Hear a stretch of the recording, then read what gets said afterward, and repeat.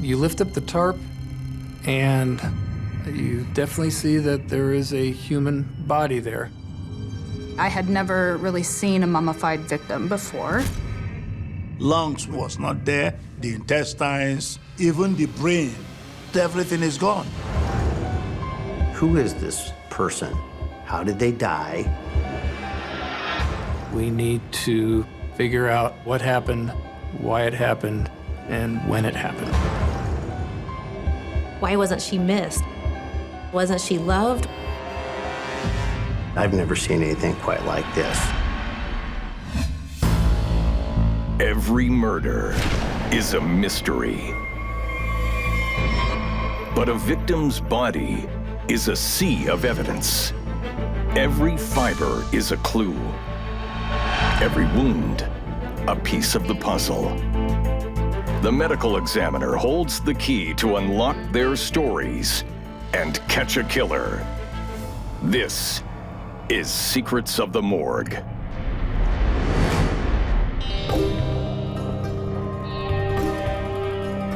Chester is a little border town, almost to the Kansas border.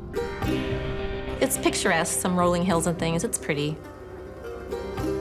It's a very small town. Everybody knows everybody else's business.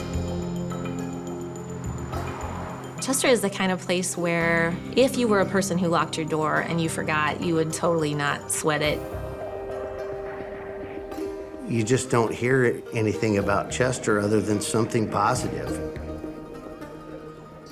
And this was certainly a great departure from that.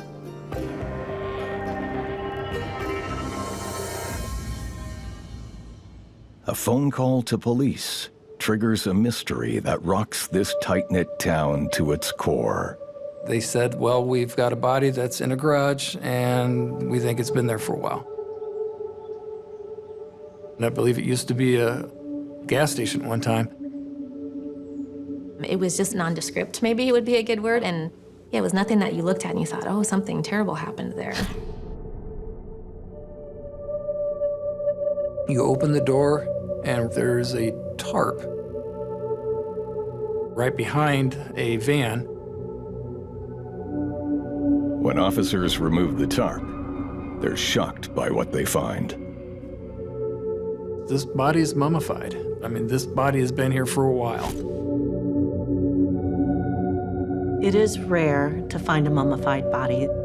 First of all, the body has to be left unattended, and it has to be in the right environmental conditions.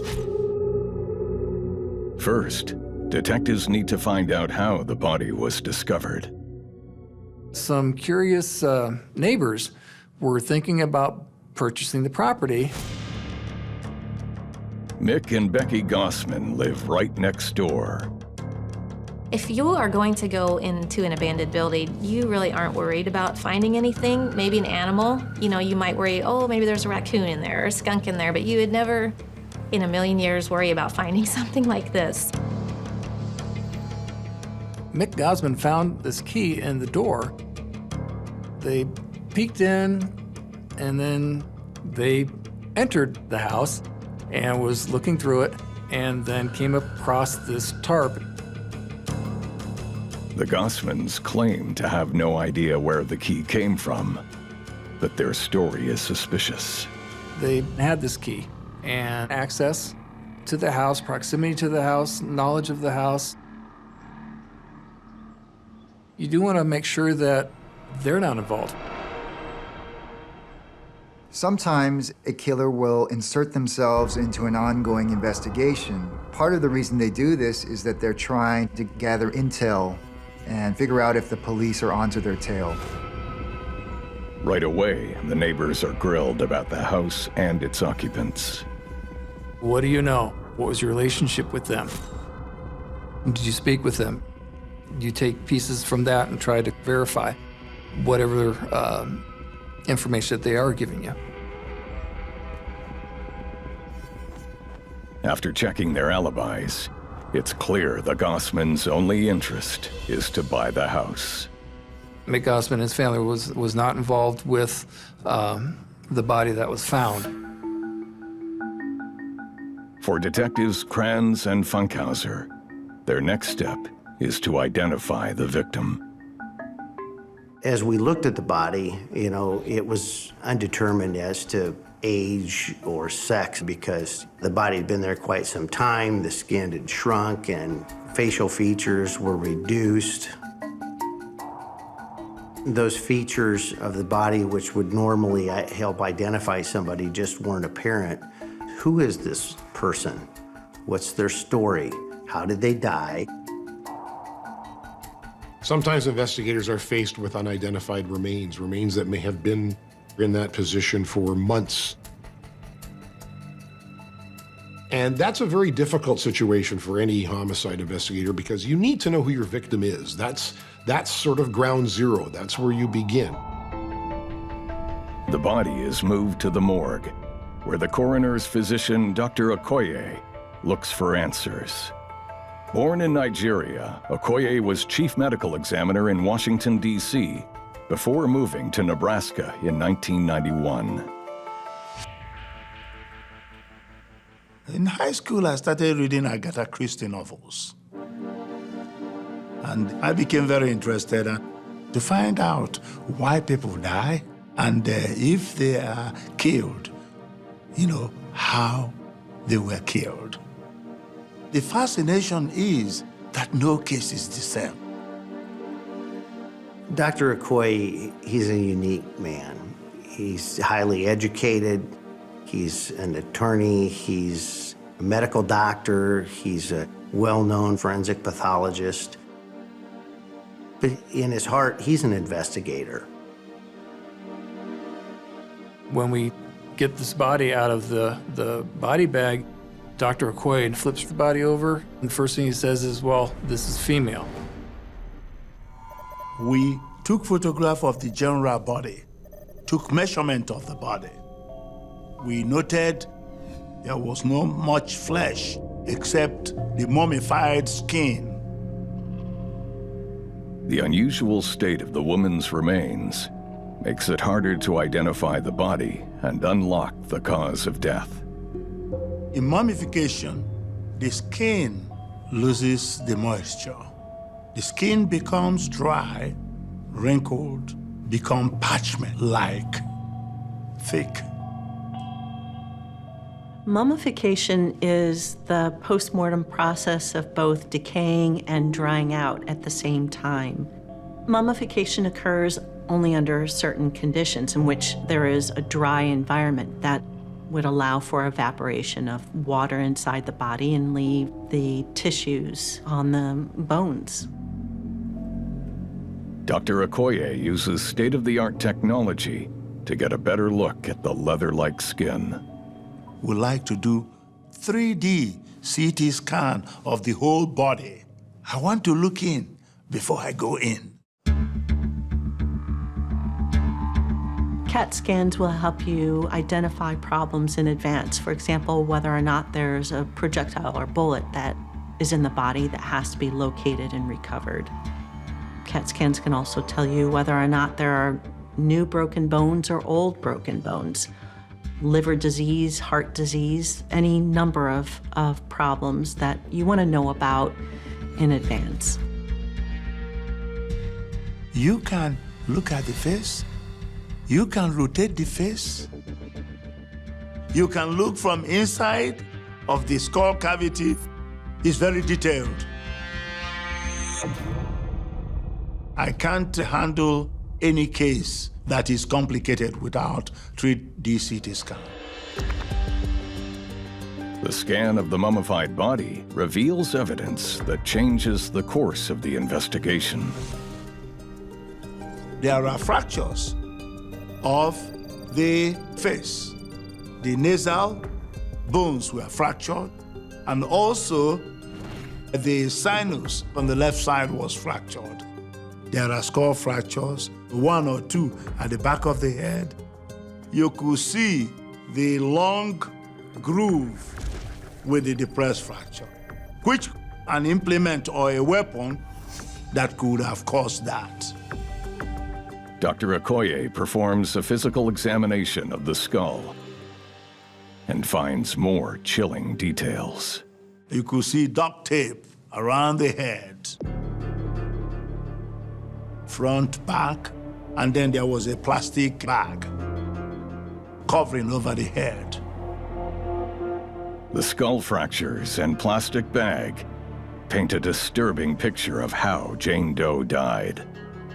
It suggests that she suffered multiple blows. But why do we have a plastic bag with duct tape? Mummification has prevented investigators from making an ID, but Dr. Okoye has proven that Jane Doe is the victim of a violent homicide. We didn't know why the killer covered her head with a sack. Whether it was to hide her identity, or if it was to suffocate her, or it was to contain the blood that was coming out from her head. We knew it was done for a reason. The victim had gone through a horrific experience.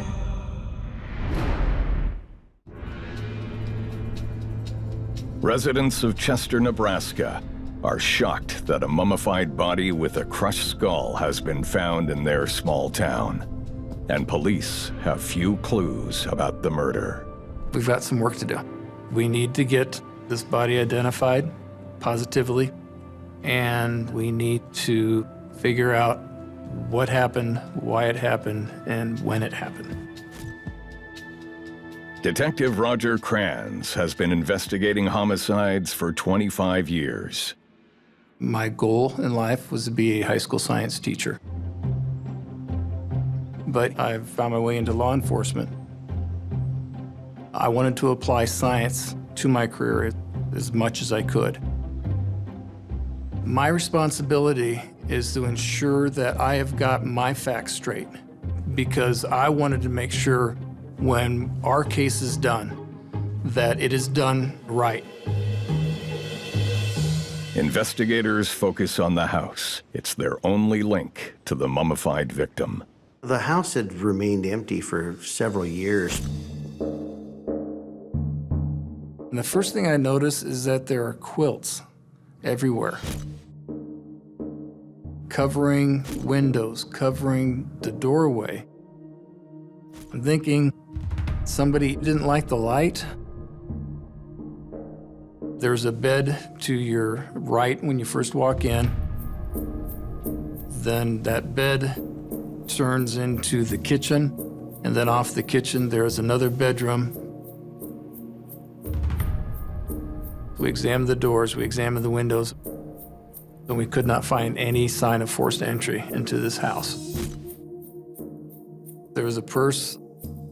If this house had been burglarized, somebody definitely would have taken the time to steal whatever valuables they could, because they were everywhere. There were an awful lot of antiques in this home without a lot of other objects that would indicate that someone lived there as a family.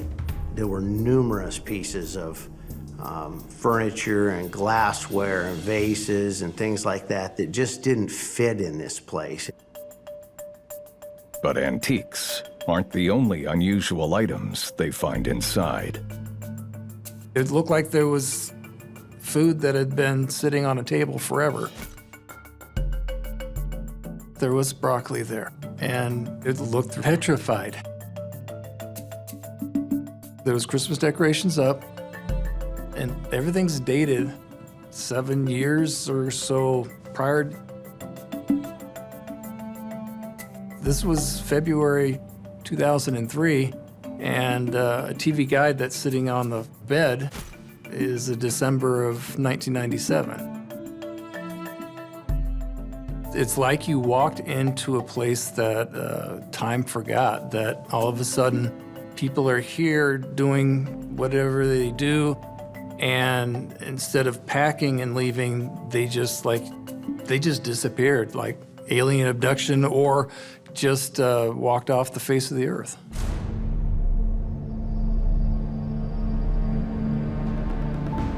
Right away, we wanted to know who were the last people to have lived at this residence.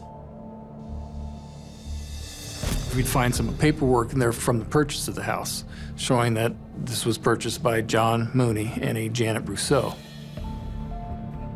The house was in Janet Brusso's name. John Mooney's name was found on other documents. In Chester, everyone knows everybody. But John Mooney and Janet Brusso are a mystery. The people that lived here said that John and Janet kept to themselves quite a bit. They were friendly, but you didn't see them a whole lot during the day. They said they worked in antiques. People mentioned that they covered their vehicles right after they got there, and they had tarps up around part of the property. Well, they thought that was odd. People who talked with Janet, they described her as bubbly, intelligent, had a laugh that you kind of remembered. It was a very engaging laugh. People guessed that Janet was in her 40s. She was very pretty. A picture of John and Janet emerges, frozen in time. There was kind of two trains of thought on the couple. The people who didn't know them thought, well, maybe they were just a little bit suspicious because they don't know what they're doing here. Then other people who had interacted with them liked them, especially Janet. But everyone in town agrees on one thing. They came and left quickly. We speak with neighbors saying that, yes, they were there, and all of a sudden they're gone. Police wonder when Janet and John left town and when the body was concealed in the garage. We realized that we need to find John Mooney and Janet Brusso to find out if they're alive. John Mooney, there's probably 150, 200 John Mooneys in the United States. And in 2003, it was a little harder to find them than it is now. But with Janet Brusso, we thought that if she was missing, that there should have been a report or something out there. Janet had not been reported missing by anyone. The cases that frustrate investigators the most are the ones where they continue to hit walls. They've got a murder, they want to solve it, and yet they're blocked every step of the way. While police take the hunt for John and Janet nationwide, Dr. Okoye continues his examination to ID Jane Doe. By looking at the ossification of the bones, and also looking at the sutures of the skull. When they closed, the age was estimated between 45 or 46 and 61. The age of the bones suggests the remains could be Janet. Detectives asked Dr. Okoye to investigate when their Jane Doe died. If they can get a clear timeline, they can compare it to Janet and John's time spent living in the house. The investigators at the scene said she weighed like 30, 40 pounds because all the moisture had left the body. So we had a pretty good idea the body had been there quite some time, but we didn't know exactly how long. He begins by examining the mummified skin. Mummification would have occurred in hot climates within a short time. When the temperature is hot and dry, the early postmortem decomposition changes start very fast.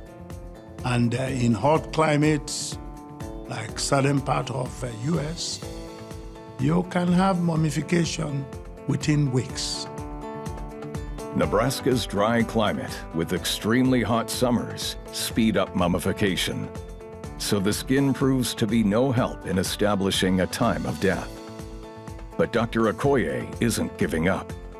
He looks deeper at the decomposition of the internal organs. There are a number of stages of decomposition. One of the things that happens when you die is bacteria in your gut begin to proliferate. At room temperature, those sorts of changes become apparent after about 24 hours. When a body is placed in a cool environment, it slows down the process of decomposition. It would slow down the overgrowth of bacteria. We refrigerate bodies in the morgue for the same reason that a refrigerator is used to keep food fresh. It slows down the decaying process. If Dr. Okoye can determine how fast or slow the organs decomposed, he may have an answer. There were no organs left with the body. Over time, the cells die in a process known as autolysis, and the mummy's organs dissolve. Spleen was not there. Lungs, the intestines, and also outside the intestines. Even the brain, decomposed and autolyzed. Everything is gone. You don't have scientific evidence. As we looked at the body, it was obviously undetermined as to, the exact time of death. After 2 forensic tests, all Dr. Okoye can tell detectives is that Jane Doe could have been murdered months or years ago. For investigators, it's one more challenge in cracking the mystery of the mummy. If you haven't identified the victim, you have nowhere to look other than missing person reports. And people travel all over the place, and people visit other states and other cities. So that information is always fluid and always changing.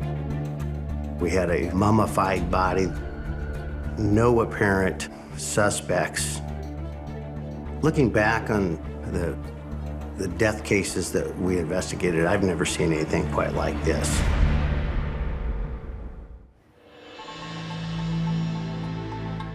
Police believe John Mooney and Janet Brusso are linked to the murder of a mummified Jane Doe in Chester, Nebraska.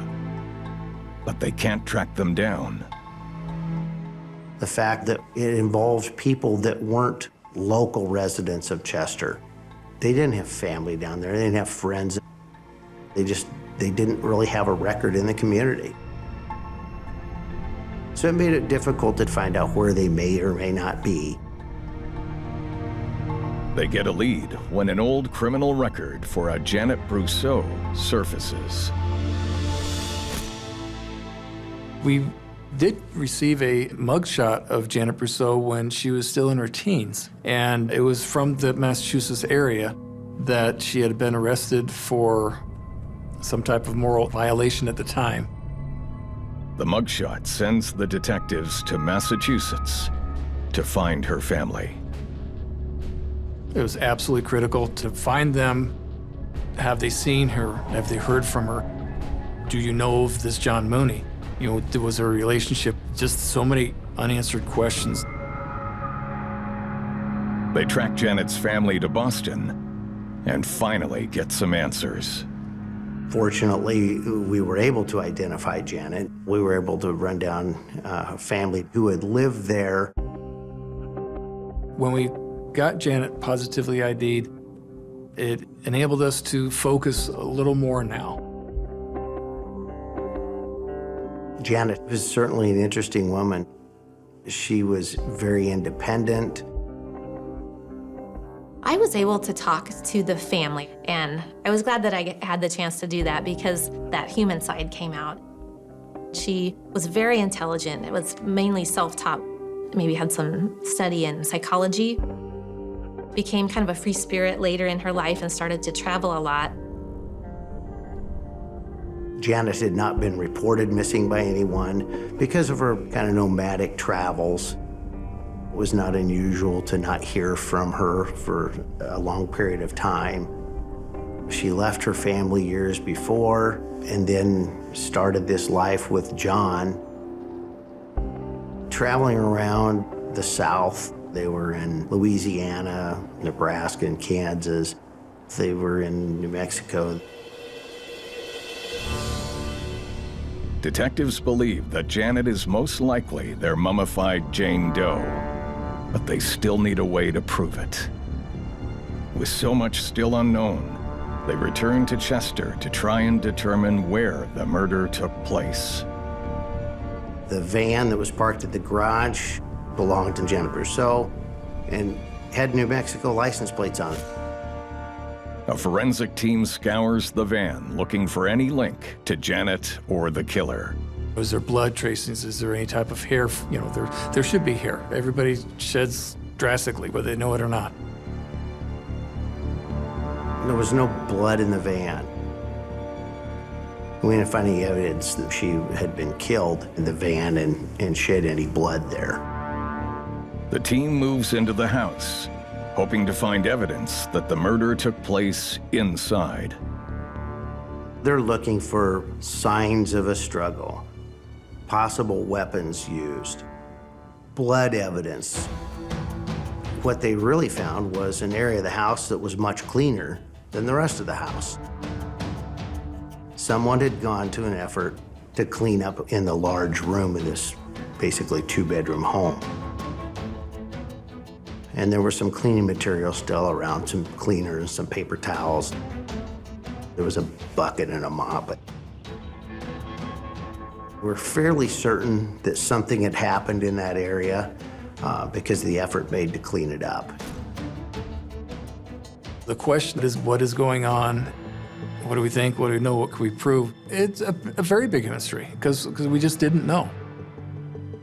But detectives are convinced the house is the murder scene. They just need to find the proof that's hidden somewhere inside. We've got to figure out where she was killed. And so we had asked Dr. Okoye, how can we prove that this happened here? You know, the scene had been cleaned up and had years of dust settled over the top. The abandoned house has been frozen in time since December 1997, when Janet and John lived there. Dr. Okoye believes there is a way to link it to the murder victim. He asks Nicole Wall, a palynology expert, to join his team. Palynology is the study of the pollen and other fine filaments or dust particles. In forensic science, it helps with location of death. It can also help with time of death, meaning seasonality or time of year. Evidence of a murder in the house was cleaned up, but plates in the kitchen were left dirty with food. If Nicole can match pollen on the food to pollen inside the victim, it proves that she ate her last meal right there. There's broccoli on the kitchen table. There's honey inside the kitchen. You know, we have these things there. Because of the fact that she was naturally mummified, soft tissue was still surrounding the body. Dry soft tissue would indicate dietary-wise perhaps what she ate. Because the inside organs, like the stomach and the intestines, broke down to some extent, we knew that the enclosed abdomen would be a good sampling spot. So we sampled from there, and we got some really good results from that stomach area. The pollen that we found is one of my favorites, the brassica pollen.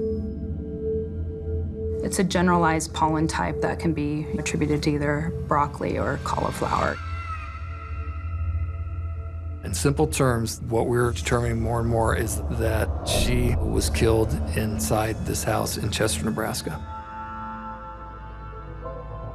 Finding a location where the victim was killed is often a turning point in an ongoing investigation. It opens up a new realm of possibilities for investigators. We know now for a fact that a former resident, somebody that was here, should not have been dead. Everything points to a murder inside the house, and Janet Brusso as the victim. Thinking that it's probably Janet.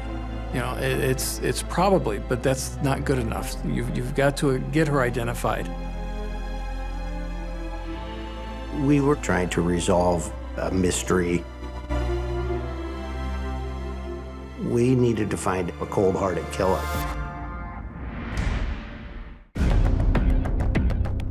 Investigators in Nebraska believe their mummified murder victim is Janet Brusso.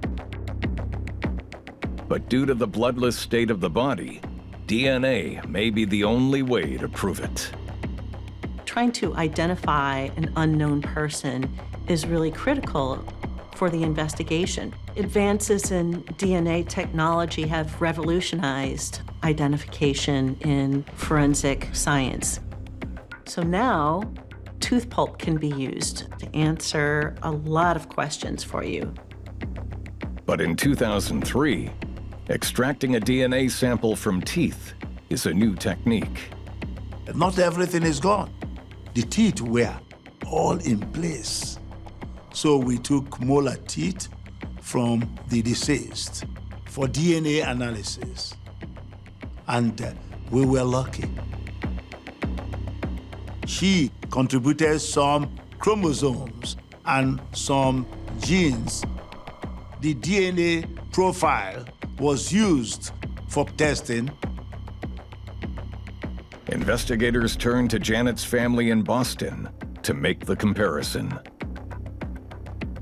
We were able to get a sample from her family,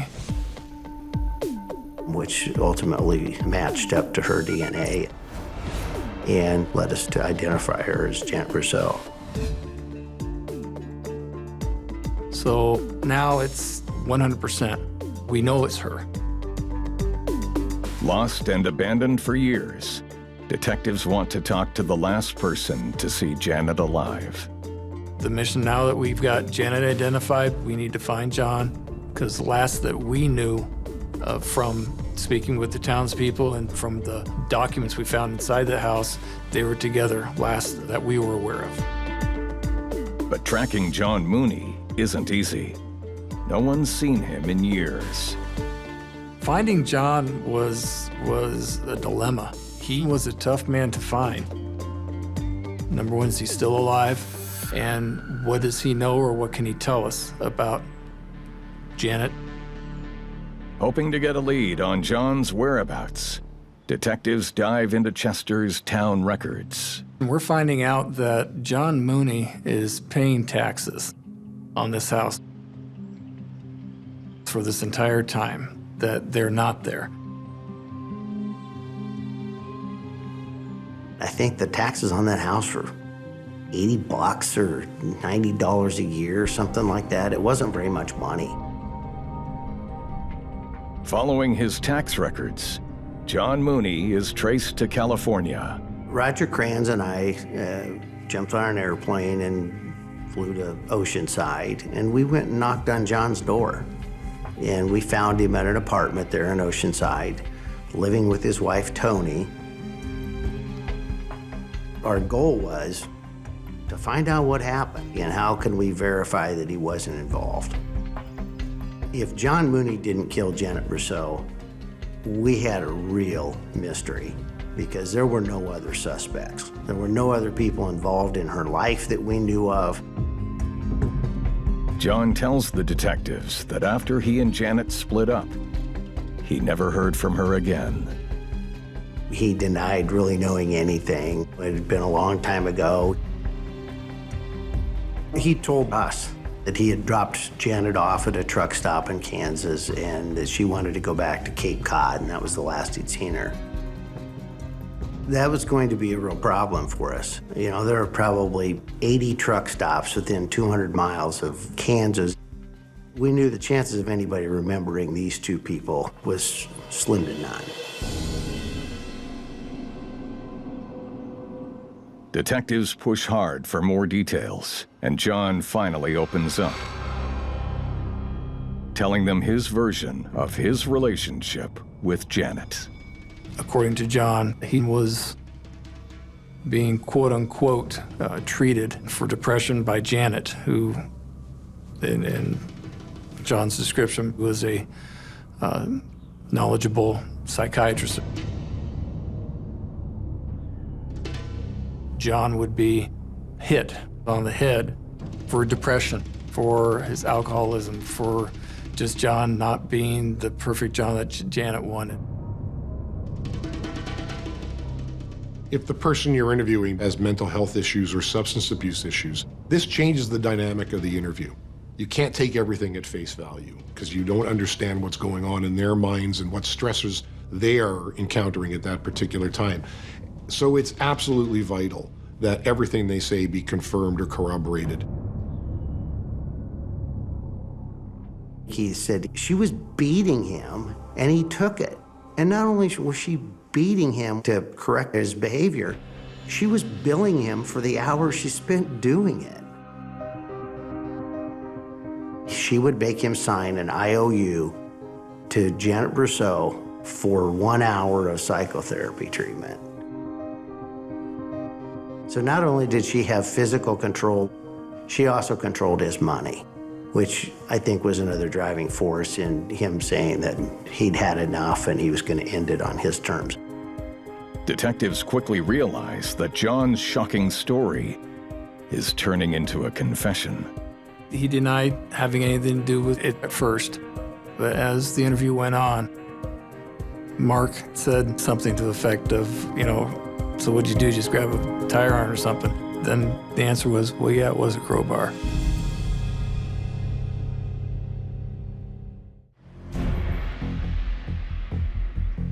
Detectives from the Nebraska State Patrol have tracked down John Mooney, and he's admitted to the killing of Janet Brusso. John told us that she regularly would crack him in the head, and she did that to correct his behavior. He said that he told her, stop it, knocked this off, walked away, and that she continued to pursue him. And John said that he picked up the crowbar and that he had struck her in the face and that she fell. And that while she was on the ground, he hit her the second time. While she was on the floor, he took a plastic bag, white plastic bag, put it over her head because he didn't want her looking at him. He said he sat on Janet's bed, smoked some cigarettes, and then decided to move her to the garage. He put a tarp over her, cleaned up the kitchen, and left the house in Chester the next morning. John confirms that he killed Janet in 1997, 6 years earlier. At the conclusion of our interview with him, he was arrested for the murder of Janet Brusso. Despite his detailed confession, John changes his story after his arrest. Initially, he was charged with first-degree murder, and he pled not guilty to that. And he started presenting a defense, let's throw out the confession. Sometimes an offender will say that they did this crime in self-defense, and this is a way to mitigate their responsibility in the killing. John claims he only hit Janet to protect himself. Self-defense is a very difficult defense to run in any trial. I had to do what I did because I feared for my own safety, I feared for my own life. But there's always things to look for to defeat that defense.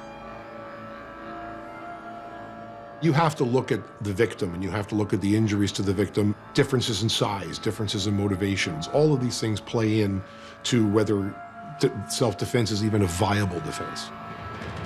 Detectives believe John Mooney planned to kill Janet, and his story of self-defense is a lie. To prove it, they turn to Dr. Okoye. You have to use the data you got collected when you were doing the medical investigation and doing the autopsy. I consider causation to be important, and you have to have rational basis for saying anything you say. And it's definitely a homicide. Look at, she has multiple blunt force trauma to the head, at the back, and the strike in the back of the head will be devastating and debilitating to her, and she will fall. But falling does not give you the fractures of the face that she got, because those are due to blunt force traumatic injuries. Now, after that, you have the plastic bag, and then the duct tape. It suggests that he wanted to make sure that she dies. That is, after she suffered the blows on the head, the cause of death was listed in the order of occurrence: blunt force trauma and asphyxiation. It's intentional. That the intent is to kill. Based on Dr. Okoye's testimony, John Mooney pleads no contest to murder in the second degree and is sentenced to 15 years in prison. The science was important. Without the science, we wouldn't have gone anywhere.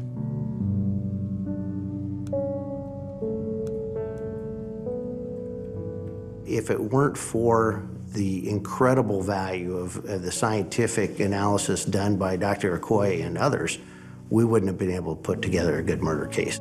It was science that helped us identify Janet Brusso as the victim of this crime. It was science that helped us prove that the killing occurred in Nebraska. It was science that helped us prove the cause and the manner of death. What John Mooney did here was wrong. I felt horrible for Janet's family and for Janet herself. Nobody deserves that. For the people in Chester, when they talked about Janet, they said, well, why wasn't she missed? Wasn't she loved? And the family was saying, what kind of place is Chester that she was there for years and no one found her? So it was good to bring those two things together, and the family really wanted to emphasize that she was loved. She was very loved.